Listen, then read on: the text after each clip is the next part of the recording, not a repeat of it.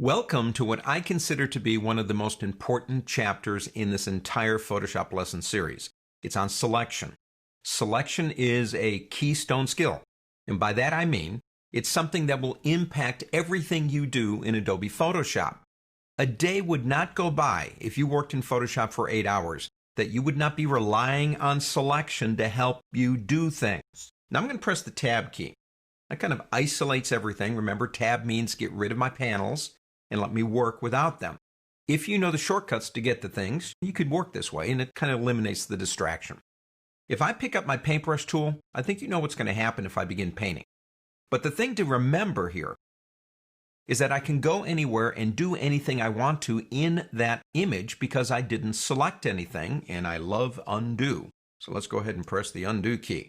If I pick up my marquee tool and make a selection, and you see this is where the importance of selection is. If I go back to my brush, and you know this, what I'm doing basically is I'm making a selection to control where I can work. Not that you would do this, I understand that, but the whole idea is that controls my workspace. If you want to get rid of a selection, you can press Control D as in David. But here's another one you might want to remember. Let's say you made a really good selection. It wasn't something as simple as a rectangle. It's something like, well, maybe that cloud up there. And you made a very good selection of it, and it's a couple of minutes later. You haven't done any other selections, but you say, I wish I could get that selection back. I didn't save it as a channel, but I don't want to undo to the point of getting back to the selection because that would undo a lot of things I've already done. Don't forget, if you go to the word select on the pull-down menu, you get reselect. That will reselect the last selection that you made, no matter how long ago it was. But it will always be, by definition, the last selection that you made. So selection is a wonderful workspace, and it allows us to control everything in the image. With that in mind, let's look at this image. Now, Gramps had that house for a lot of years. He used to park his tractor over here in this shed right here.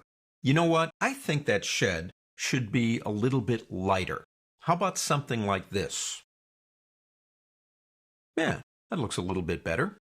And you know what? He painted that house every 8 years religiously, and he always used the same color. He would go to the paint store and have them mix that color. They had it on file. He didn't want to change the color. But I think it's time for a change of color. What do you say? How about something like this? Yeah, that looks pretty neat. But now we got the house painted. And you know what? Driving that tractor all those years, and he had a 57 Chevy that was totally classic, wore out this area right here. And I don't know, I want to reseed that area, make it look like it's grass again. How about this? Yeah, that's a little bit better. And you know what? That cloud annoys me. I want to get rid of the cloud. How about this? There, that's better. But you know what? I want to change the sky completely. How about this? Yeah, I like that. So there you go.